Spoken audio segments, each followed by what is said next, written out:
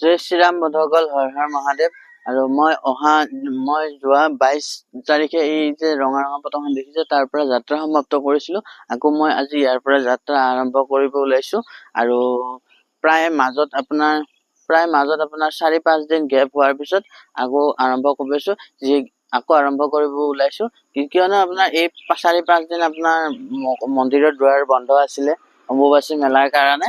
আৰু সেইটো কাৰণে মই মানে ৰেষ্ট লৈ ললো। আৰু যিহেতু মন্দিৰৰ ভিতৰত সোমাব নোৱাৰি, মোৰ থকা মেলা অলপ অসুবিধা হৈ যায়, সেইটো কাৰণে মই এই 4-5 দিন গেপ লৈ ললো। আকৌ মই আজি যাত্ৰা আৰম্ভ কৰিব ওলাইছো। আৰু আপোনালোকে জানে যে মোৰ এখন চাইকেল আছিলে, চাইকেলখন মই এনেকে কৰি লৈছো। এইফালে এখন পোষ্টাৰ আছে, আগতে ইফালে আছে, এনেকে ধৰণৰ বস্তু লৈ লৈছো। এইবিলাক গছ আছে, মোৰ বেডিং আছে। আৰু আপোনাৰ পিছফালৰ পৰা প্ৰায় এনেকে দেখি আৰু আপোনালোকে ভুল নুবুজিব যে মই চাইকেলখন লোৱাৰ কাৰণে মই চাইকেল চলাই যাম বা হেৰি কৰি যাম, সেইটো নহয়। মই আপোনাৰ যেনে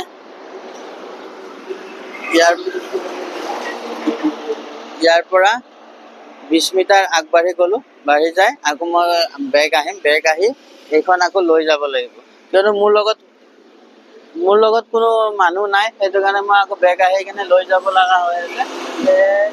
যিকোনো ধৰণৰ পৰিস্থিতিৰে মই যাবৰ কাৰণে চেষ্টা কৰি আছো।